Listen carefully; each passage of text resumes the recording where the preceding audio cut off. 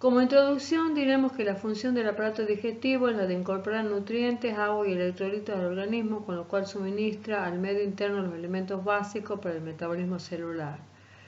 Para lograr que los alimentos se descompongan en partículas más pequeñas para ser absorbidas hacia la sangre y transportadas a las células por todo el cuerpo, la función digestiva incluye los siguientes procesos esenciales. Eso se pueden dividir en 4: motilidad, secreción, digestión y absorción. La clase pasada vimos motilidad. Ahora vamos a ver lo que es secreción y digestión y absorción. Bueno, el objetivo de los son entonces describir las funciones de la secreción salival, de los mecanismos que producen la liberación en el organismo. Bueno, ¿cuáles son los componentes de la secreción salival? La saliva es un líquido transparente, de viscosidad variable, compuesto principalmente por agua. Ese casi el 99% es agua. También tiene iones minerales, proteínas y otras sustancias. Bueno, y esto lo que quiero que ustedes recuerden es hipotónica con respecto al plasma, es decir, que tiene menor osmolaridad que la del plasma. Es producida por glándulas salivales de la cavidad bucal, las que secretan en promedio 1,5 litros, de 1 a 1,5 litros por día en total, incluidos los periodos, digamos, donde no hay ingestión o de reposo digestivo. En este cuadro pueden ver las distintas sustancias que son componentes de la saliva. Ustedes ven también que tiene glucosa, también hay algo de urea, y la osmolaridad de la saliva es muy variable de acuerdo a si la saliva está estimulada o está en el periodo de reposo. Pero siempre si lo ven con respecto al plasma, van a ver que es, como yo les decía, hipotónica con respecto al plasma. Acá el plasma tiene 2,96, ¿sí? Y la saliva en el mejor de los casos llega a 1,32. Bueno, ¿cuáles son las funciones de la saliva? Las funciones de la saliva son la de mayor significación es la de lubricar. Esto ya lo saben, lo conocen desde la escuela secundaria, podríamos decir, ¿no? Lubricar y formar el bolo alimenticio para que se pueda favorecer los procesos de masticación y deglución. En ese proceso de lubricar se logra también la humidificación o humidificar la cavidad bucal, con lo que se permite solubilizar los componentes alimenticios y estimular las papilas gustativas. Es la degustación. Tiene una función protectora, por ejemplo ahí está el ion tiocianato, que tiene una actividad antimicrobiana, y la lisocima, que tiene una actividad bacteriolítica. Secreta también inmunoglobulina, IgA, IgG y IgM. Recuerden, en grupos sanguíneos se puede con un hisopado ver qué tipo de IgM presenta la persona y determinar el grupo sanguíneo. Bueno, tiene una función excretora de compuestos inorgánicos, por ejemplo, excreta flúor, bromo y yodo. El primero se relaciona con una menor incidencia de caries dental, es decir, se fortalece con flúor algunos elementos de la higiene bucal dental y algunas sales de mesa y eso ya está demostrado. Se ve que cuando hay mayor cantidad de flúor hay menor la incidencia de caries.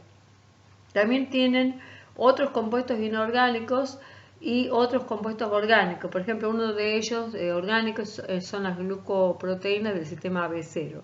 Tiene una función digestiva, ya que ahí está la amilasa optialina. La amilasa es la que degrada el almidón, ¿sí? Eso van a ver, recuerden en qué degrada, ¿no es cierto?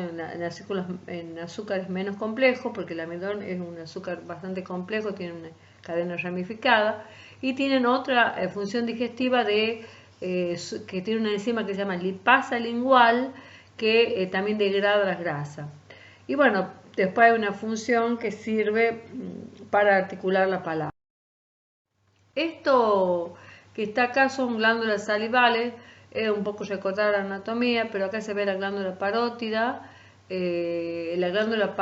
con una pequeña glándula accesoria, y todas como desembocan en el conducto paratiroideo, en el maxilar superior. Esto es cuando da la paratoiditis, este conducto se suele inflamar y no deja que se segregue la saliva normalmente, y es por eso es que es muy doloroso, digamos, esta patología, ¿no? Cuando se la tiene.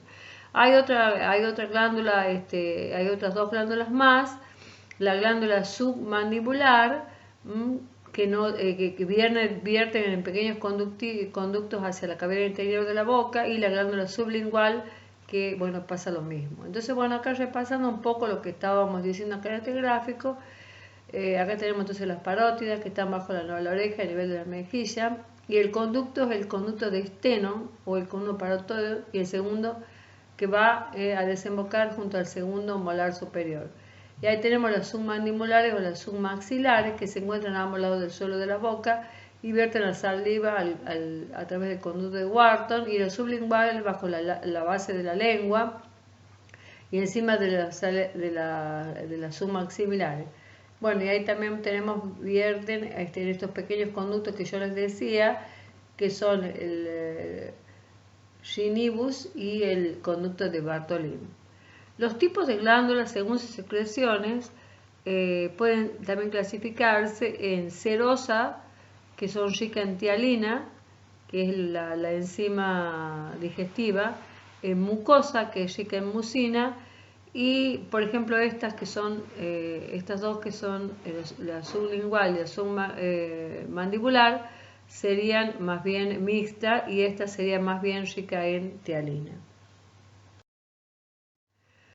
Bueno, de nuevo, repasando, tenemos los tipos de glándulas salivales. Las glándulas parótidas son serosas, se producen predominantemente alfa-amilasa o tialina, almidón, que lo que hace es degradar la maltosa y maltotriosa, y esta luego da glucosa y maltosa. Hidroliza también el glucógeno y amilopeptina, y esto lo hace a pH neutro, pH 7, no es como el estómago que tiene pH ácido. Tiene una mayor actividad durante las comidas. Después tenemos las glándulas submaxilares. Estas son mixtas, como yo les había dicho, lo mismo que las sublinguales, y producen predominantemente mucina y tienen secreción continua, y predominan su función en los periodos de reposo y de alimentación. Y las glándulas sublinguales son mixtas, pero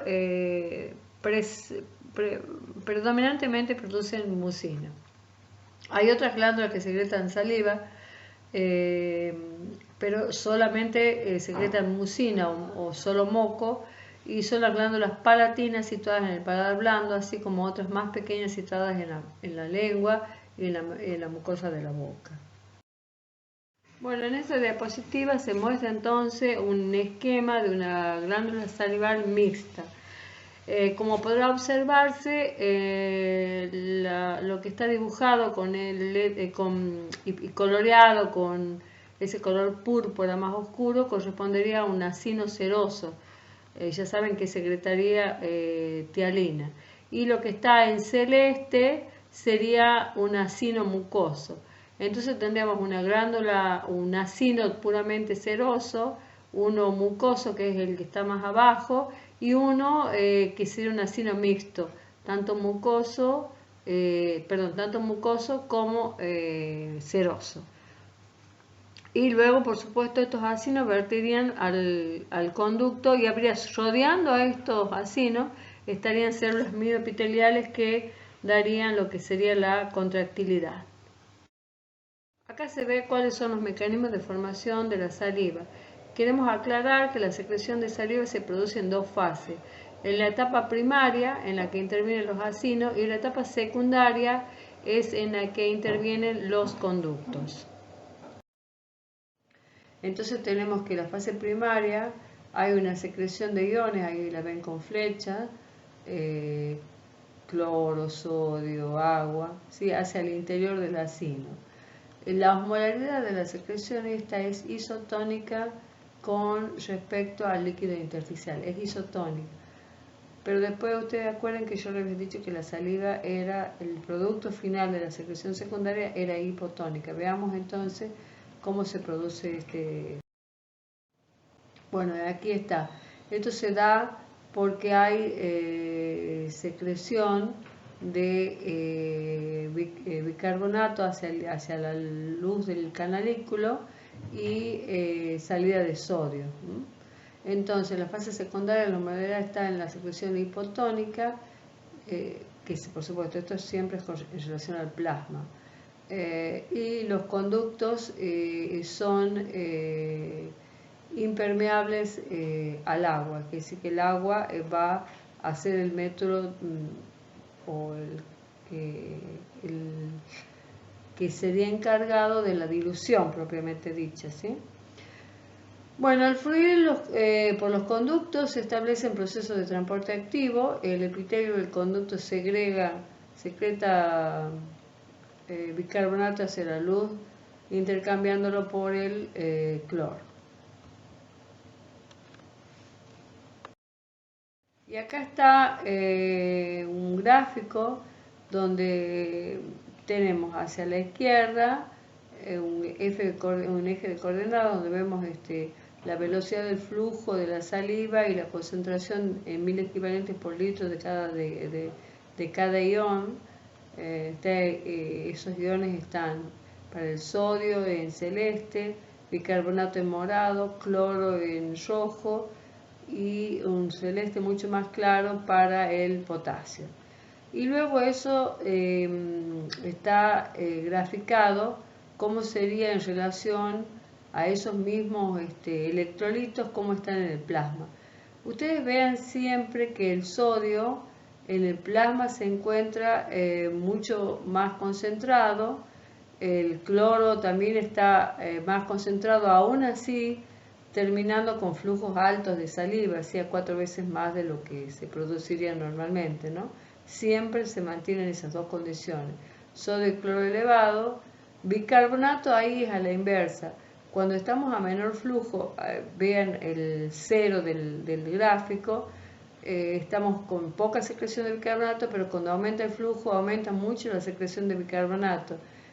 Es más, supera a la secreción de bicarbonato, que es la que hay en el plasma. Por eso pueden ver ustedes cómo la línea del gráfico es mayor que la barra del gráfico que está hacia el lado de la derecha, donde el bicarbonato llega en el plasma a 24 más o menos 1000 equivalentes por litro. Eso mismo que pasaba con el bicarbonato pasa con el potasio.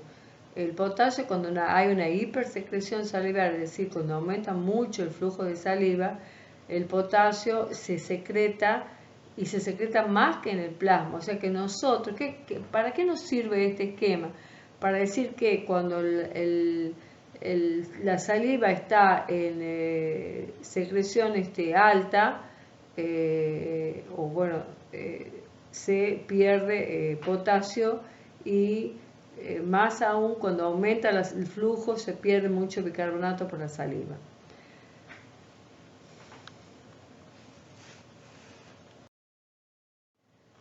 Bueno, este otro objetivo era indicar los reflejos salivales mediante los cuales se pone en manifiesto la síntesis de la saliva. Bueno, entonces acá esto vamos a hablar poco porque voy a dejar tiempo para que ustedes puedan leer la diapositiva. Y voy a resumir solamente los títulos, donde tenemos estímulos mecánicos y reflejos químicos. Y reflejos nerviosos. Bueno, estímulos mecánicos y químicos, lo primero. Ahí pueden leer: la presencia de alimentos en la boca estimula las glándulas para que secreten saliva. Y ahí tenemos los ejemplos: la comida seca, la carne, la dieta rica en hidratos de carbono y los cítricos. Los cítricos es curioso porque el ácido que contienen es un potente estimulador de la secreción salival. Y los reflejos nerviosos, que van por aferencias nerviosas y pueden tener integración a nivel cortical, estos reflejos, y hay eferencias mediadas por el sistema nervioso simpático y parasimpático.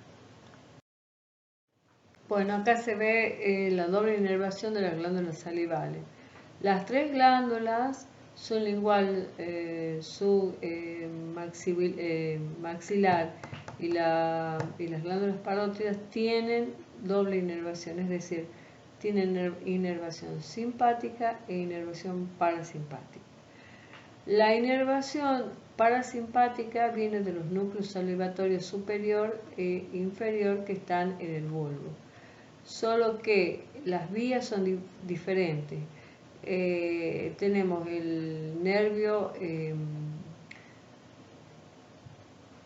facial, que sería el que va, el que se ve en el dibujo de más arriba, que luego va hacia la cuerda del tímpano, pasa por la cuerda del tímpano e inerva el ganglio submaxilar. Ese ganglio submaxilar, ahí es donde se produce la unión entre la preganglionar y la posganglionar parasimpática. Entonces, ustedes ven la línea de puntos representa las fibras posganglionares parasimpáticas. Y ven cómo de este ganglio parten inervaciones posganglionares parasimpáticas hacia la glándula sublingual y submaxilar. En el caso de la glándula parótida, tenemos que la inervación surge eferente, ¿no? La inervación eferente surge del núcleo salivatorio inferior, va por el nervio glosofaríngeo, el ganglio óptico, y después va a la posgangliar corta, que termina en la misma glándula. En el caso de la inervación simpática, ¿se acuerdan ustedes que simpático era predominantemente motor? Y las aferencias salen de el asta intermedio natural, el asta intermedio lateral, y van hacia el ganglio cervical superior. Ese ganglio cervical superior luego lleva las postganglionares parasimpáticas, porque este es un ganglio prevertebral, ¿sí? Entonces siempre en el sistema simpático, ustedes recuerden que los ganglios, tanto paravertebral como prevertebral, están cerca de la columna, y entonces siempre eso nos va a dar que las fibras postganglionares del simpático van a ser largas, a diferencia de las del simpático. Y acá se ve que son de mayor longitud, y ahí están inervando esas fibras postganglionares simpáticas, están inervando las tres glándulas. O sea que presentan, en resumen, todas las glándulas doble inervación: sistema nervioso parasimpático y sistema nervioso simpático.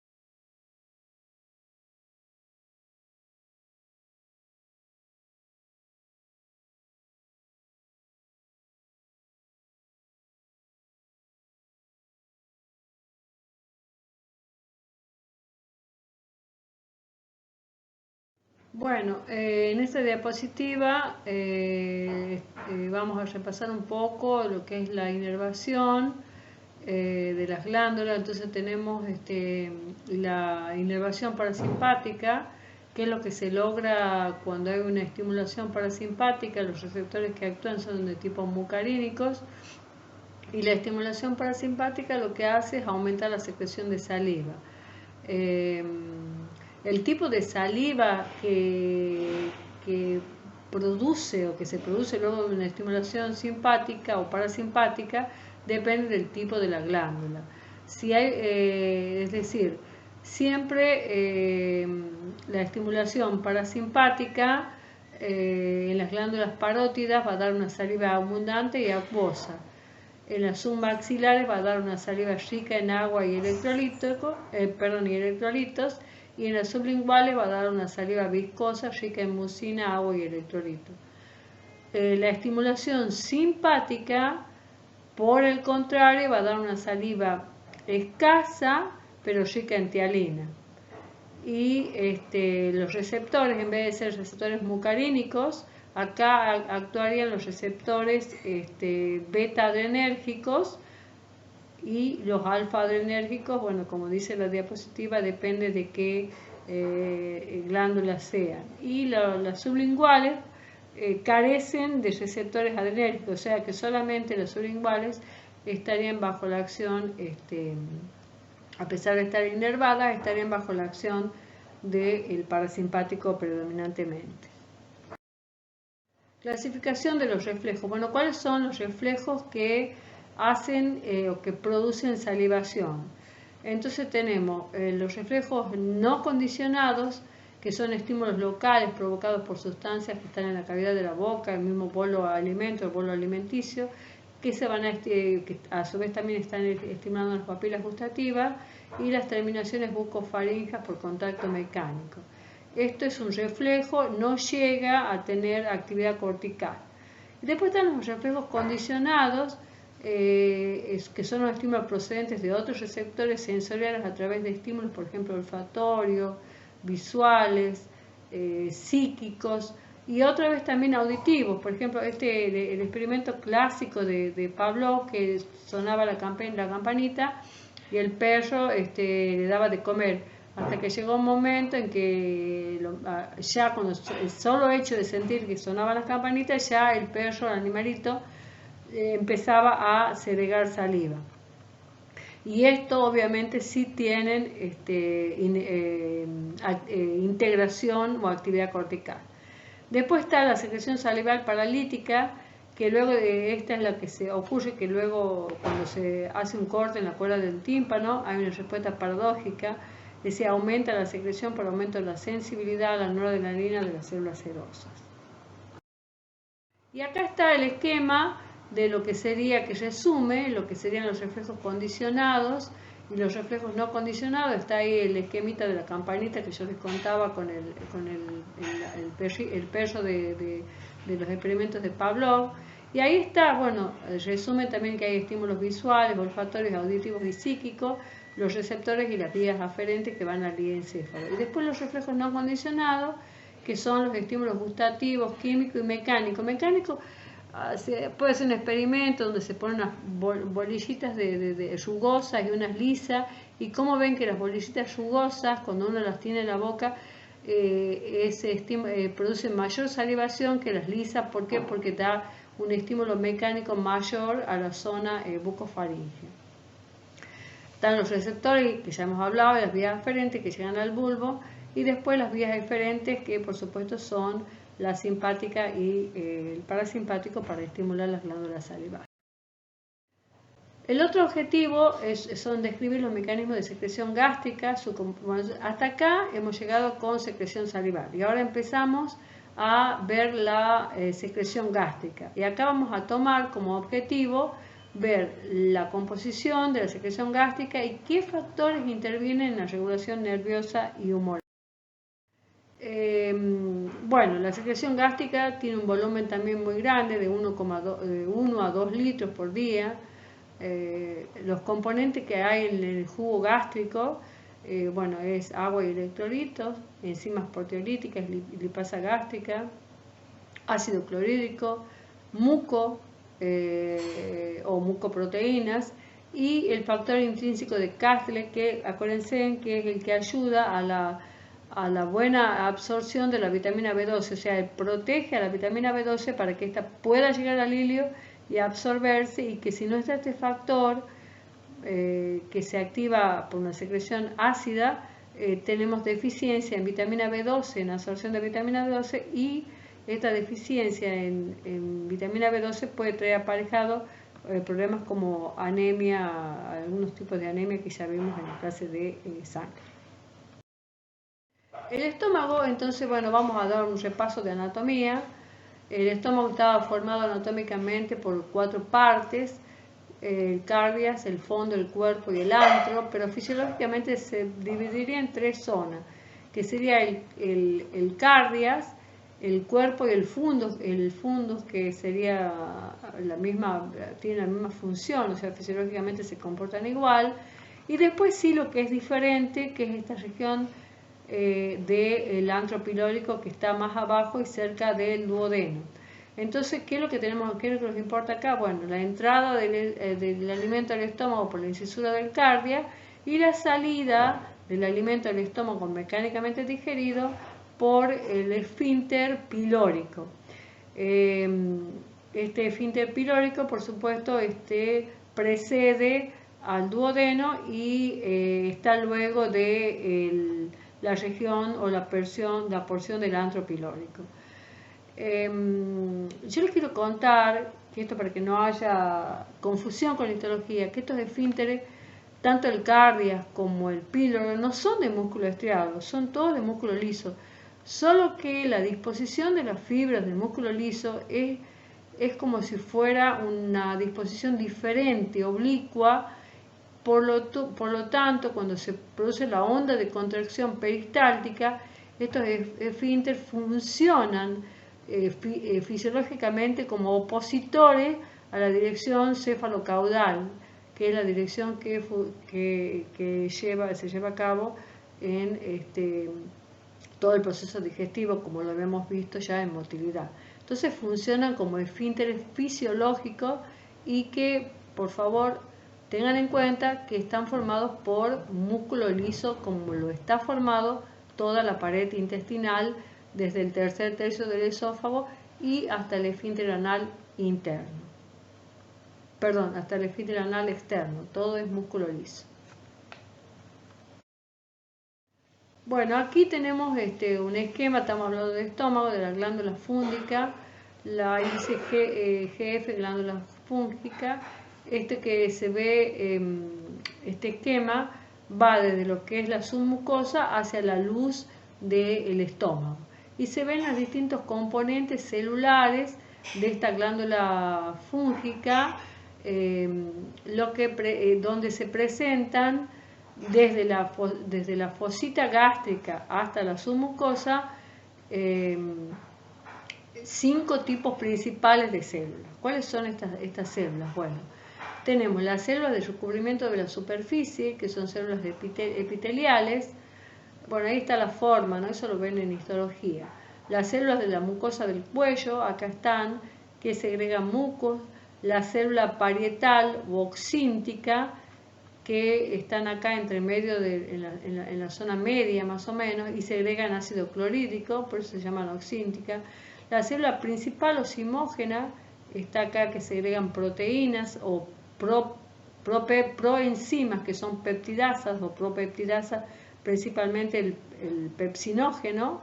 Y después tenemos la célula de Desnet o de Apud, que son las células que intervienen en lo que sería el sistema Apud de la alfa amiloide del hígado. Entonces, bueno, ahí está, vamos a repasar histología: el epitelio, la lámina propia, las glándulas gástricas, y después tenemos la muscular de la mucosa con la submucosa. Ahí está de nuevo una glándula pilórica con células endócrinas y exócrinas, y ahí están, como yo les decía, un poco repitiendo cuáles son las funciones y qué es lo que secretan. Entonces, las células mucosas, la función es protectora, secretan mucus, ¿sí? Las células parietales, que se producen ácido clorhídrico y factor intrínseco de Kastler. Las células principales, que producen pepsinógeno en contacto con ácido clorhídrico. Acuérdense que El pepsinógeno es una proenzima que a pH ácido, esa proenzima inactiva se convierte en una proteasa activa, entonces, y convirtiéndose entonces pepsinógeno en pepsina, que es la verdadera enzima catalítica o hidrolítica de las proteínas. Y bueno, después en el antro pilórico se secreta también la lipasa gástrica, que produce la ruptura de los lípidos, sobre todo de triglicéridos. Después tenemos las células enterocromafines, que son las que producen la histamina, que están acá marcaditas en celeste, enterocromafines, ¿sí? Y después tenemos las células D, que son acá también en celeste, pero un poco más grandes, que son las células que segregan somatostatina, que es una hormona inhibidora, parácrina, de las otras células, y las células G que segregan la gastrina. La gastrina estimula la secreción de ácido clorhídrico. Ustedes vean que las células G yo también las he nombrado en la clase de motilidad gástrica, y las células G lo que hacían es, a través de la secreción de gastrina, que es una hormona porque pasa la circulación y después vuelve a actuar a través de la membrana luminal, va a actuar en el antro y va a aumentar la motilidad gástrica. Y acá en esta clase estamos viendo que la gastrina no tan solo aumenta la motilidad gástrica para favorecer la evacuación gástrica, sino también estimula la secreción de ácido clorhídrico, o sea que tiene una doble función la gastrina.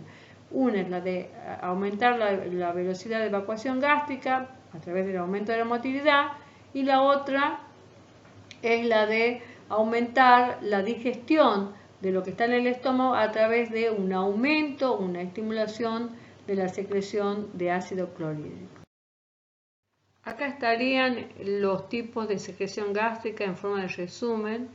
Entonces veríamos la secreción alcalina, que se da en todo el estómago por las células epiteliales de la superficie, que es un líquido isotónico con respecto al plasma y que tiene cloruro de sodio, pero también tiene bicarbonato de sodio, lo que le da una acidez no ácida, sino más bien neutra o básica. Luego está la secreción de moco, que está formada por glicoproteínas y es producido por dos tipos celulares. Las primeras son las células superficiales, que engloban la secreción alcalina y precipitan a presión a pH ácido, y las células del cuello, que secretan un moco más espeso. Luego está la secreción de zimógenos, como ya les había contado, que está en esta secreción están comprometidas las células principales o zimógenas. Ahí se ven abundantes gránulos y contiene pepsinógeno. Luego la secreción de ácido clorhídrico por las células parietales o oxínticas, y la secreción del factor intrínseco de Kastler. La secreción de las células principales, hay dos tipos de pepsinógenos. El pepsinógeno tipo 1, que es el producido por las células principales fúngicas. A pH ácido puede funcionar cuando el pH ácido es menor a 3.5 y es activado a pepsina. Y también origina otros péptidos. Ejemplo, otro péptido que se llama inactivador de pepsina. Después está el pepsinógeno tipo 2, que es producida por las células del antro, o sea, más abajo, y del duodeno proximal. O sea, el duodeno también tenemos pepsinógeno de tipo 2. Entonces, habíamos dicho que el pepsinógeno se convierte a pepsina, o es activado a pepsina. ¿Y qué es la pepsina? Entonces, para recordar bioquímica, es una endopeptidasa que actúa con un pH óptimo mucho más bajo, a pH 2, y de su acción, los productos que generan su acción son liberar pequeñas peptonas o polipéptidos a través de la ruptura de uniones peptídicas, o sea, tiene una acción proteásica, sería una endoproteasa. Hay otras enzimas gástricas como la lipasa gástrica, que ya la hemos mencionado, que es una tributirasa con un pH óptimo entre 4 y 5, y es producida también por las glándulas fúngicas. la secreción de las células parietales. Bueno, acá es un esquema donde se ve de lo que pasa entre la superficie apical a la superficie basolateral y se ve cómo en definitiva por por la lineasa carbónica, por el pasaje de cloro e intercambio de este con bicarbonato, se va a producir hidrógeno por acción de esta enzima.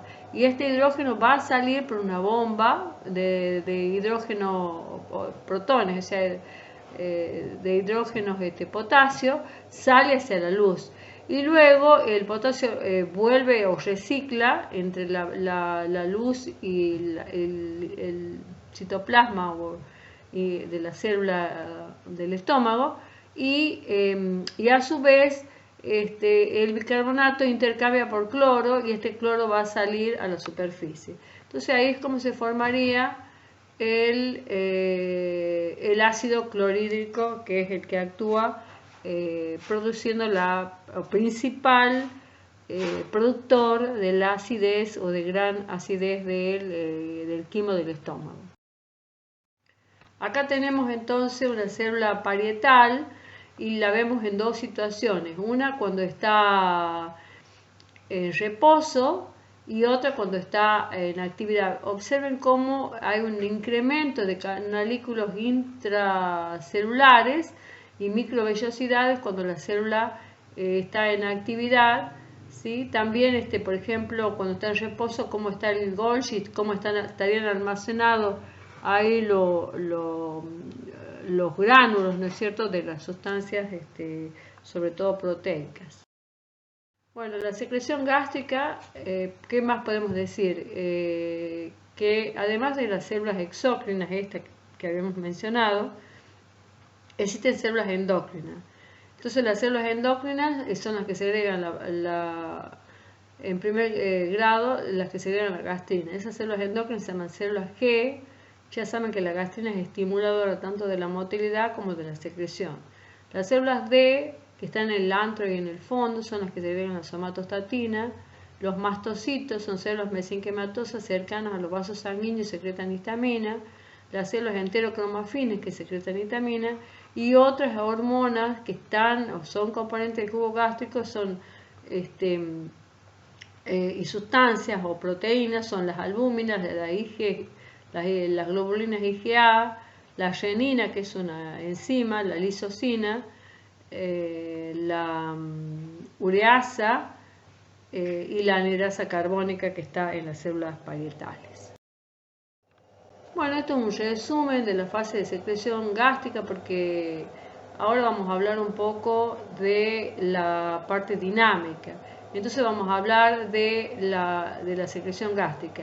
Entonces tenemos que la secreción gástrica tiene una fase cefálica, una fase gástrica, o sea, sería, en forma redundante, sería la fase gástrica de la secreción gástrica y la fase intestinal de la secreción gástrica.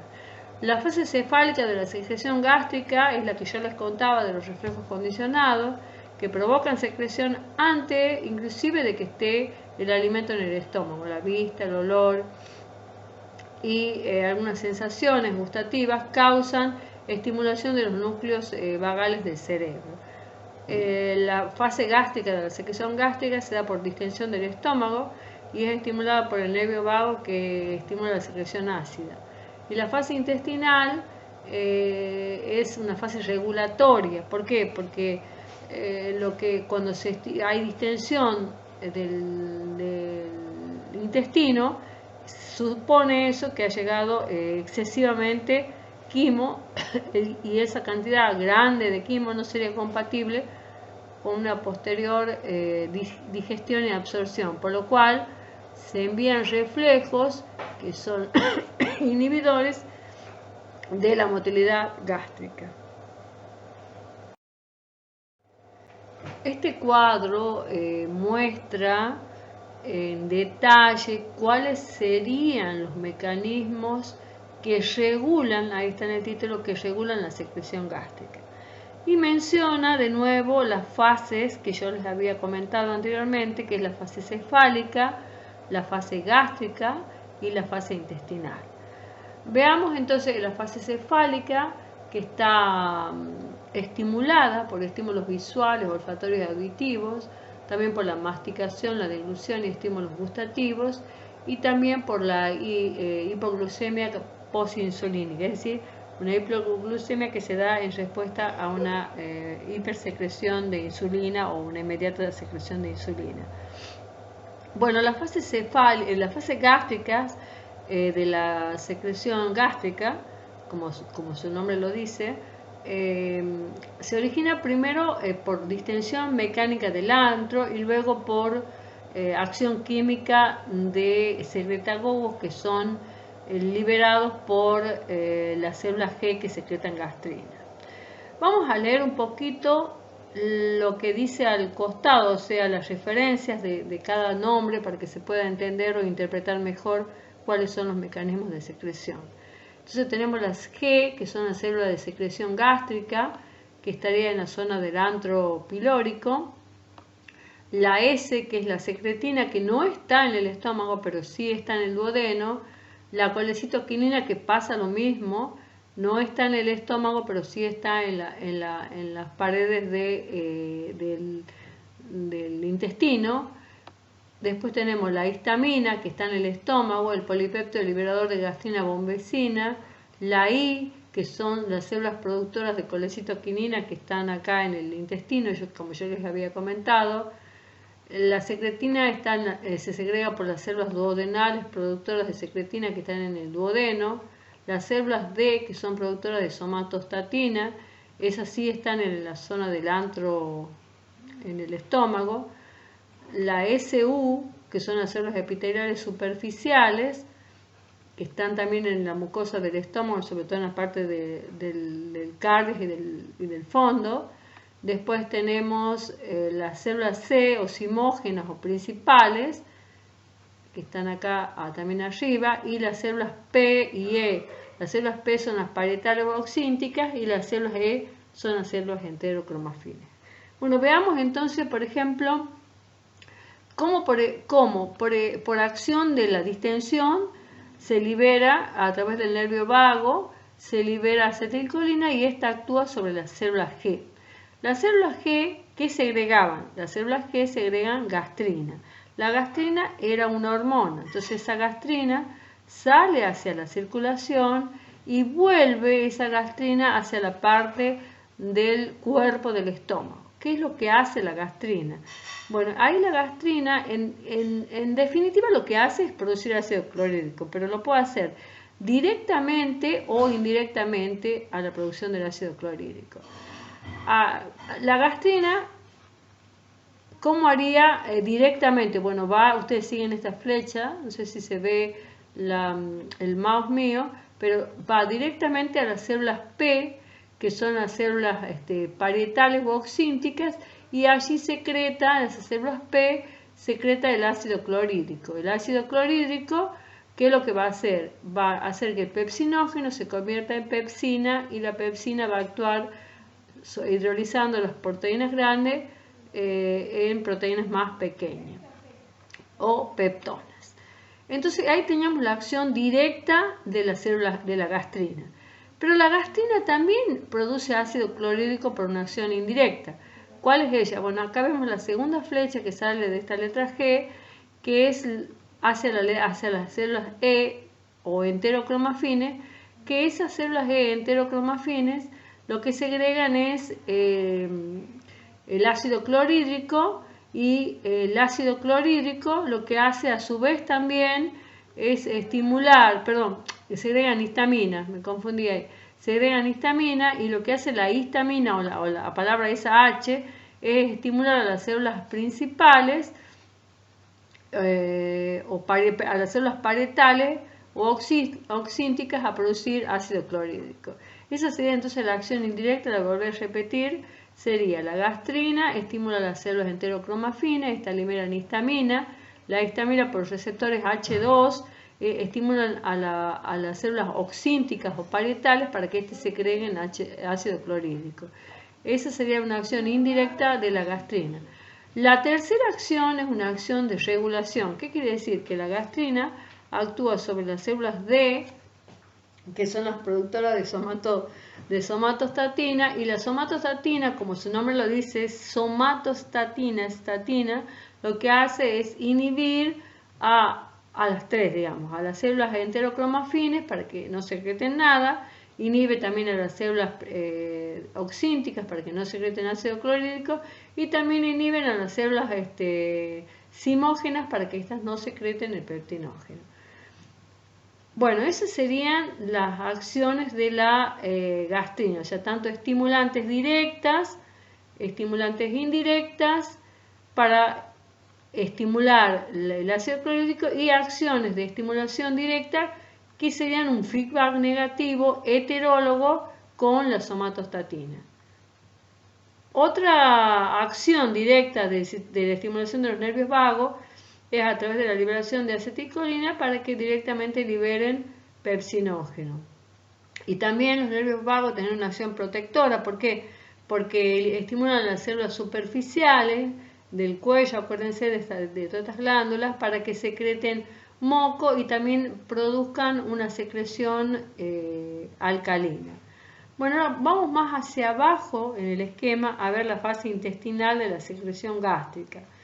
Vemos entonces cómo nosotros, la gastrina, de nuevo acá toma su rol protagonista, y en este caso vemos cómo las peptonas actúan produciendo que se secrete más gastrina, y cómo las células D también hay un feedback negativo hacia la misma gastrina, donde la inhiben para su secreción, y también cómo indirectamente la colocitoquinina inhibe la secreción de gastrina a través de las células D, que son secretoras de somatostatina. Esto, para que ustedes entiendan, es que siempre hay, cuando hay un mecanismo estimulador, ven todas las más o los signos más que hay, siempre hay un mecanismo de feedback, de retroalimentación negativa, que hace que ese mecanismo estimulador se frene, que no se exacerbe. Entonces, con lo cual se logra una regulación de la secreción bastante efectiva. Entonces, bueno, sigamos entonces con la fase intestinal de la secreción gástrica. Entonces tenemos que acá entran en juego dos hormonas más. Una, la principal, que sería la secretina, que es secretada en el duodeno por las células S, y la colecitoquinina, que es secretada en el intestino por las células I. La secreción de gastrina, ¿qué es lo que hace? Y bueno, por un lado va a inhibir, porque ¿cuándo se secreta gastrina? ¿Cuáles son los estímulos que hacen que se secrete secretina? Son el quimo ácido, el quimo parcialmente digerido, o sea, rico en muchas peptonas, y también cuando hay mucha distensión. Entonces, cuando llegan todos esos factores, va a salir o se va a surgir de que nosotros tenemos que evitar o desacelerar la evacuación gástrica. Es por eso que la gastrina tiene esos efectos. Es una hormona antagónica a lo que es por eso que la secretina tiene esos efectos. Es decir, es una hormona antagónica a la misma gastrina. Entonces la secretina, para resumir, lo que hace es inhibir a la gastrina, y si se inhibe la gastrina deja de producirse ácido clorhídrico o pepsinógeno y todo lo demás. Por otra parte, esto no está acá en este dibujo, pero yo les quiero hacer acordar que la secretina también va al páncreas y lo que hace es secretar un jugo rico en bicarbonato. ¿Para qué? Para que este jugo pueda neutralizar el quimo ácido que está llegando al intestino y no produzca úlceras o daño en la pared intestinal. Por otro lado, tenemos que cuando llega mucho contenido de grasa al duodeno, porque hay un quimo que es muy grasoso, digamos, no ha podido disolverse las grasas o hacerse micelar en las grasas, entonces llega mucho contenido de grasa, entonces se estimulan las células I, y estas van a producir colecitoquinina. La colecitoquinina, de nuevo, va a actuar indirectamente inhibiendo a la gastrina, cosa de que no haya secreción o producción de ese quimo grasoso. Entonces estamos o con alto contenido de grasa. Entonces estamos viendo un verdadero mecanismo de feedback, de autorregulación de la secreción gástrica. Bueno, acá se observa cómo hay un feedback negativo entre lo que sería el estómago y el duodeno en relación a la disminución del pH. ¿Cómo es diferente en una situación o en la otra? Por ejemplo, una disminución de pH en el estómago se ve que hay una inhibición negativa para que no se segregue gastrina, con lo cual el ácido clorhídrico va a disminuir, y si disminuye el ácido clorhídrico, obviamente va a bajar el pH. Pero a nivel del duodeno, una bajada de pH hace todo lo contrario, es decir, se va a hacer que no sea la gastrina, sino sea la secretina la que se estimula. La secretina luego va a inhibir a la gastrina, y la gastrina va a inhibir la secreción de ácido clorhídrico. Es decir, que por dos mecanismos diferentes el resultado es el mismo, una disminución del pH, tanto en el estómago como en el duodeno.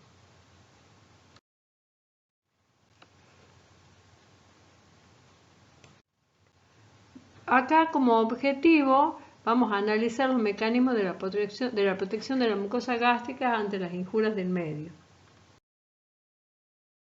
Bueno, el mecanismo de protección de la mucosa gástrica contra las injurias del medio se deben a dos factores. Uno, la presencia de la secreción alcalina, y el otro factor es la secreción de moco. La secreción alcalina, que acá se la ve que se elimina a una rayita de color celeste clarita, es la secreción que es producida por las células epiteliales superficiales que están en todo el estómago, y que es un líquido isotónico con respecto al plasma. ¿Cuáles son los componentes principales de la secreción alcalina? Son la sal, el cloruro de sodio y el ion bicarbonato. Y estos mantienen en un pH pericelular en la parte apical de la célula del estómago a un pH de 7 a 7,7, es un pH alcalino. La otra protección la ejerce la secreción de moco. Acá este moco puede ser secretado por dos tipos de células. Uno son las células superficiales, que engloban también la secreción alcalina y precipitan a pH ácido, y otros son las células del cuello, que segregan un moco más espeso. ¿Cuáles serían las injurias o los factores, o las noxas o los factores nocivos? Las injurias, bueno, tenemos las endógenas, que son el ácido clorhídrico per se, o sea, una hipersecreción de ácido clorhídrico produce una injuria en la mucosa gástrica que podría terminar en una úlcera gástrica. Entonces, por eso es que se usa a veces inhibidores de la bomba de producción de ácido clorhídrico. La pepsina en exceso y también las sales biliares. Y dentro de las noxas o factores nocivos exógenos tenemos el alcohol. El consumo excesivo de alcohol también produce daño en las paredes, las células endoteliales, en las células epiteliales del estómago, bacterias y sobre todo los AINES. ¿Qué son los AINES? Ustedes ya conocen esto, lo van a ver bien en fármaco, que son los analgésicos o antiinflamatorios no esteroideos. Por ejemplo, el ibuprofeno o el ciclofenal, bueno, son todos esos que inhiben a la ciclooxigenasa. Lo más importante de todo es qué pasa acá cuando nosotros inhibimos a la ciclooxigenasa, es que inhibimos la producción de una ciclooxigenasa buena, que es una ciclooxigenasa protectora, que es la PGE, es una prostaglandina de la serie E2. Esta prostaglandina es necesario que esté en el estómago para prevenir la injuria de las células endoteliales, de las células epiteliales del estómago. Entonces acá tenemos los AINES tienen un efecto sistémico y llegan al estómago y producen esto, y después tenemos los efectos locales, que son los que yo he descrito anteriormente. Lugares de mayor frecuencia de las úlceras pépticas. Bueno, ahí tenemos que mayor frecuencia tenemos cuando se produce la falta de continuidad en la barrera de protección mucosa, y los lugares son la curvatura cerca del píloro y también la cobertura menor que está cerca del píloro pero hacia la región del fondo del estómago. Otro objetivo que vamos a describir es la secreción pancreática, esta vez hablando del páncreas exócrino. ¿Se acuerdan que nosotros cuando hablamos de insulinas hablamos de la función del páncreas endocrino? Bueno, acá hablamos del páncreas exócrino que tiene función digestiva. ¿Y cuáles son los mecanismos que activan o inhiben la secreción del páncreas exócrino? Ahí, bueno, en este dibujo podemos ver, repasando anatomía, la cabeza y la cola del páncreas, el conducto colédoco en verde y el conducto pancreático, bueno, hay dos, el mayor y el menor, que desembocan en el duodeno. El conducto pancreático mayor o de Santorini, ese conducto desemboca en el duodeno en lo que se llama la ámpula de... el conducto mayor es el de Wilson y el conducto menor es el de Santorini. El conducto mayor desemboca en el duodeno junto con el colédoco, que está en verde, formando lo que se llama la ámpula de Vater. Hay una ámpula mayor y una ámpula menor. La ámpula de Vater, ¿por qué es importante? Porque ustedes pueden ver acá que hay tres esfínteres. Hay un esfínter ductal pancreático, más arriba con el esfínter ductal biliar, y rodeando a eso está el esfínter de Oddi. Estos esfínteres, vuelvo a recalcar, son de estructuras de células musculares lisas, y hay veces que una obstrucción por un cálculo biliar puede llegar a taponar o a quedarse en éxtasis en el esfínter ductal biliar, lo cual puede producir que se obstruya el conducto pancreático, resultando en esto una inflamación del páncreas o una pancreatitis. Entonces, bueno, eso es muy importante. ¿Por qué? Porque el páncreas, ustedes después van a ver que está lleno de enzimas que pueden producir autólisis de las mismas proteínas pancreáticas. O sea que una pancreatitis aguda, digamos, sería debido a estas causas, es muy complicado el tema y trae consecuencias mayores. Acá tenemos entonces el páncreas, repasando, lo vamos a mirar ahora desde el punto de vista digestivo, desde el punto de vista de secreción. Entonces tenemos las células acinares que elaboran enzimas, que son células de origen epitelial, de forma piramidal, que contienen, ahí se ven los gránulos, esos gránulos son gránulos decimógenos. Y después tenemos un pequeño esquema de estos acinos, donde tenemos el ramillete que estaría en la punta y la parte del ductos o del conducto acinar pancreático. El páncreas, lo mismo que la secreción salival, es mucha la secreción diaria, puede llegar a más de 1 litro por día. ¿Y qué incluye la secreción pancreática? Incluye agua, cloruro de sodio, bicarbonato, y también incluye enzimas, casi un 10% puede llegar a enzimas. Las células acinosas son las que se sintetizan, almacenan y segregan enzimas.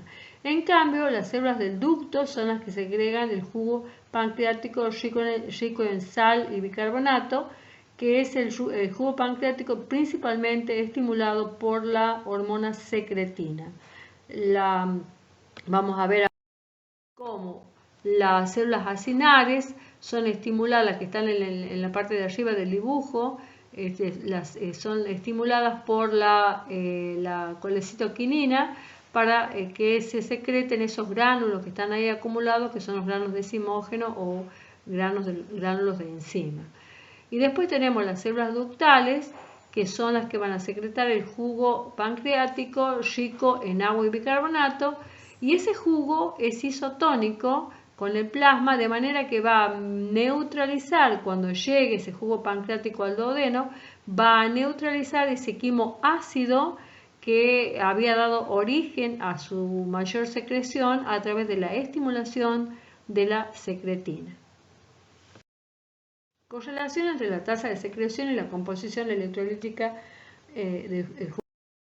Bueno, acá tenemos enzimas, la mayor cantidad de enzimas son proteasas, el 90%, después amilasas, lipasas y la menor proporción de enzimas que son las ribonucleasas o las DNasas, que son las nucleasas. Los productos de secreción enzimática de la célula acinal pancreática.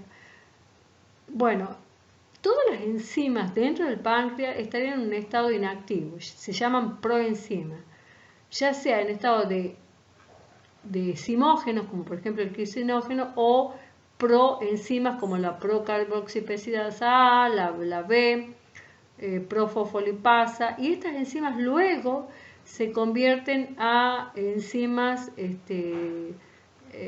activas, ya como la alfa-amilasa, la lipasa, y dentro de la ribonucleasa, la DNasa y la RNasa. Es decir, repasando, entonces el páncreas en su interior tiene enzimas o secreta hacia la luz del duodeno enzimas que no están activas, sino proenzimas. Se activan en el duodeno. La mayoría de estas enzimas son activadas, o de estos simógenos que salen por el jugo pancreático, son activados a través de tripsina. ¿Y cómo se activa la tripsina? Viene la pregunta ahí. Bueno, la tripsina sale del jugo pancreático en forma de simógeno. En este caso sería un tripsinógeno. Este tripsinógeno es activado a tripsina por una enzima que se llama enteroquinasa. Enteroquinasa, ¿por qué? Porque la segregan las células de los enterocitos que hay en el duodeno. Entonces, esa enteroquinasa la activa al tripsinógeno a tripsina. ¿Y qué pasa ahí? Esa tripsina es inespecífica, es decir, que empieza a activar todos esos simógenos que salían del jugo pancreático, los transforma en enzimas activas.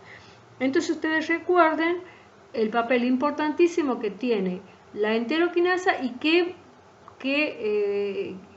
provechoso, ¿no es cierto?, para la fisiología es que esté fuera esa enteroquinasa, fuera del tejido pancreático interno, sino que esté en el duodeno, si no habría, como yo les digo, autólisis o activación interna de las enzimas estas que cortan principalmente proteínas.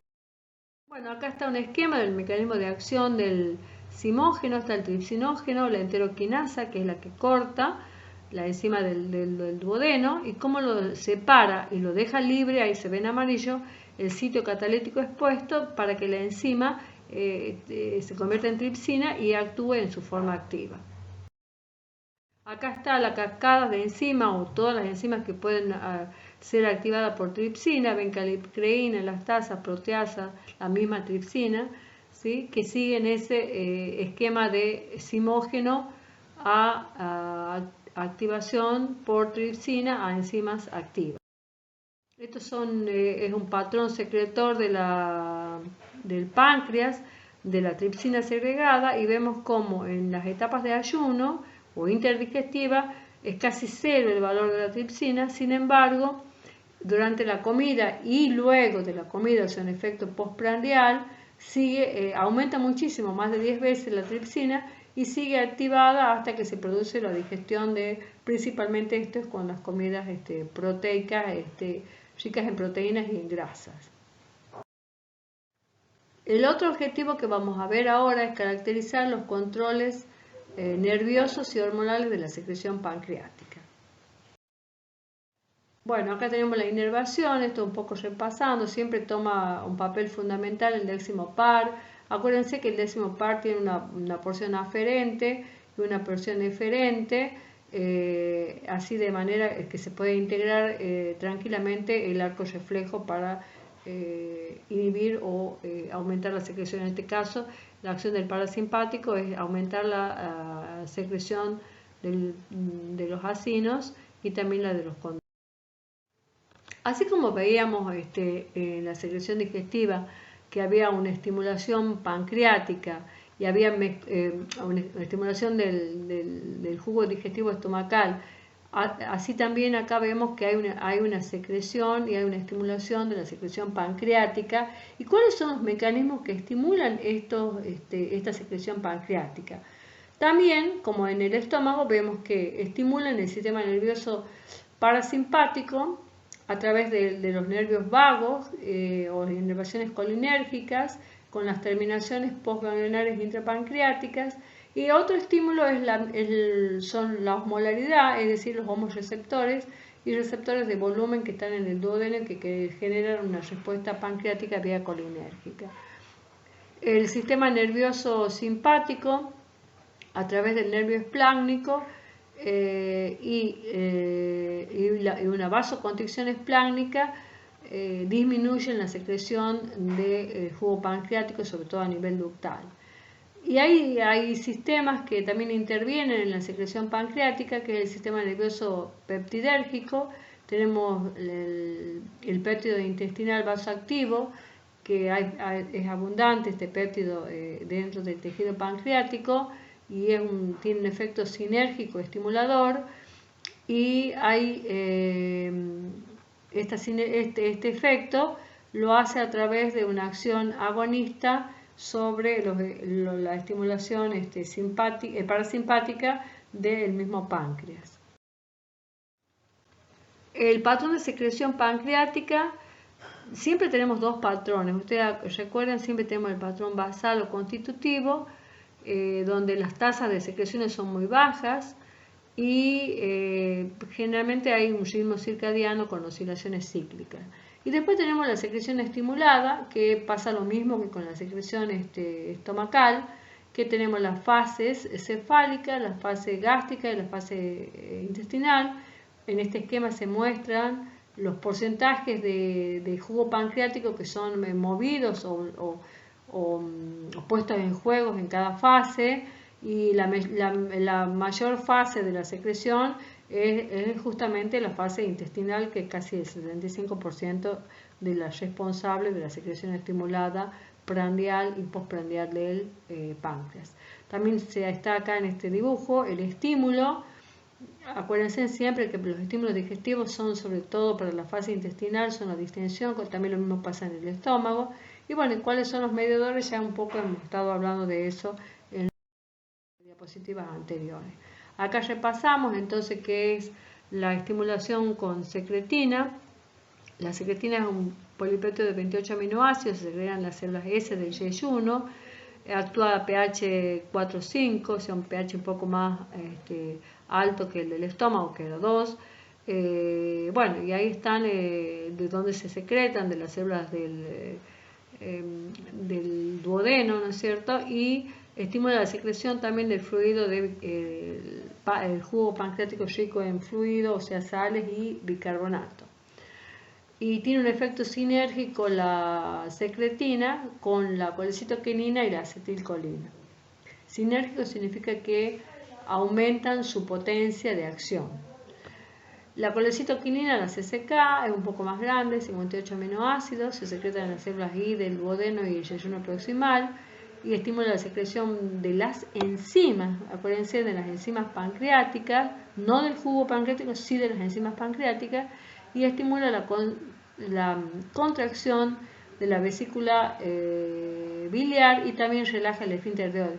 Acuérdense que la colecitoquinina sería un colerético y un colagogo, que ayuda también entonces a la digestión de las grasas. Y hay otros secretagogos como el péptido relacionado a la gastrina bombecina y por supuesto el péptido intestinal vasoactivo. Ahí tenemos entonces un esquema de la regulación de la secreción pancreática, donde tenemos a los factores endócrinos hacia la izquierda y los factores de la secreción neurocrina hacia la derecha. Entonces, bueno, las flechas que van para abajo y rojas son las que inhiben, y las que van para arriba, un poco repetir esto, son las que estimulan, tanto para la secreción endocrina como para la neuroendocrina o neurocrina. Bueno, esto resume la secreción pancreática, cómo sería, por ejemplo, el circuito vagal aferente y eferente sobre el acino, cómo actuaría la secretina a través de las células S y cómo actuaría la colecitoquinina a través de las células Guy. Vean que cómo estas están fuera del páncreas, están en el intestino, y bueno, y ahí son los factores hacia la izquierda que los inhiben, los ácidos grasos libres, los péptidos, los aminoácidos, la liberación de otros de péptidos más chiquitos, y también pasaría lo mismo con las células S que segregan secretina. El último objetivo de la clase es entender el papel fisiológico de la secreción intestinal y los factores que intervienen en la misma. Acá tenemos, bueno, para recordar cuál es la anatomía de la parte intestinal. Entonces tenemos que el intestino delgado, que es un tubo delgado de 2 centímetros de diámetro y 7 metros, hay personas que pueden llegar a tener más de 10 metros, ¿no?, de largo. Entonces está formado por duodeno, yeyuno y ilion, que se continúa con el intestino grueso por medio de la válvula ileocecal. El intestino grueso es de mayor diámetro, la longitud es 1,5 metros en promedio y está formado por el colon ascendente, el transverso, el descendente, el colon sigmoideo, que termina en el recto y en el ano. La secreción intestinal, si bien las funciones más importantes del intestino son la digestión y absorción, se podría decir que en él se producen diferentes secreciones. Entonces tenemos las secreciones hormonales, ya he nombrado en el duodeno, secretina y colecitoquinina, y las secreciones enzimáticas. Dentro de las secreciones enzimáticas tenemos las peptidasas, que fraccionan los péptidos aminoácidos, las disacaridasas. Dentro de las disacaridasas tenemos la sacarasa, la maltosa, la isomaltosa y la lactosa, que transforman disacáridos a monosacáridos. La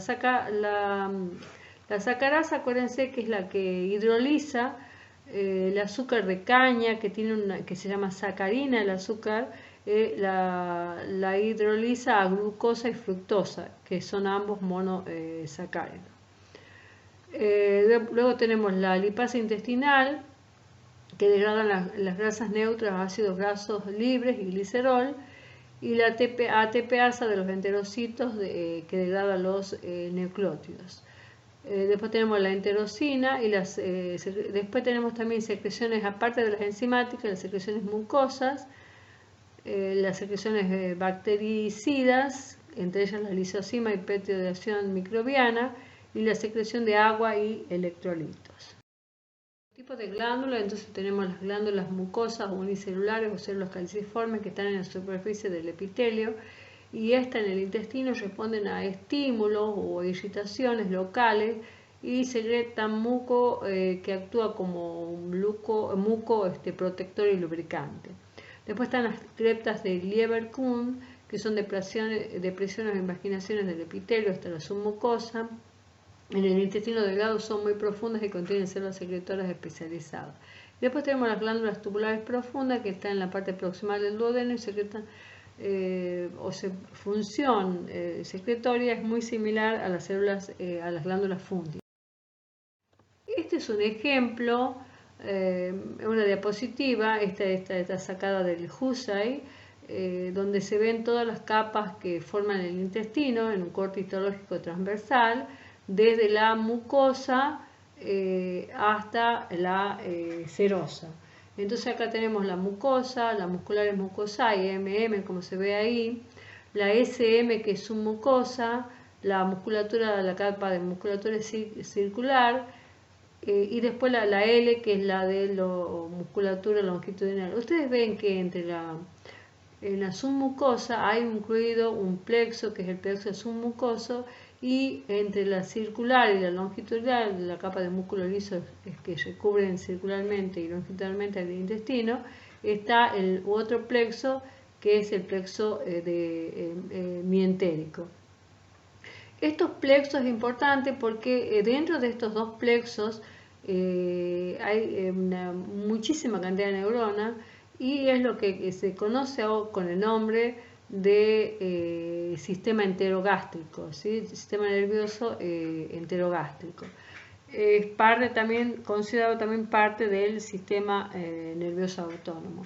Ven las conexiones que hay entre plexos y plexos y también las conexiones que neuronas ascendentes y descendentes que van a comunicarse con las vías del sistema nervioso simpático y las del sistema nervioso parasimpático, tanto aferente como eferentes. Estos dos plexos son importantes porque en algunas patologías, como por ejemplo la patología en la enfermedad de Chagas, hay destrucción de este plexo mientérico y hay problemas, entonces se forma el megacolon y hay problemas entonces en los procesos digestivos. Bueno, por último son los mecanismos neuroendocrinos que regulan la secreción de aniones en el intestino delgado. Este es un ejemplo de cómo la toxina colérica podría intervenir con la secreción del anión cloruro y cómo esto se relaciona con la actividad de los ganglios mientéricos y los dos plexos que yo les había comentado anteriormente. Bueno, muchísimas gracias y espero que haya sido de utilidad esta clase.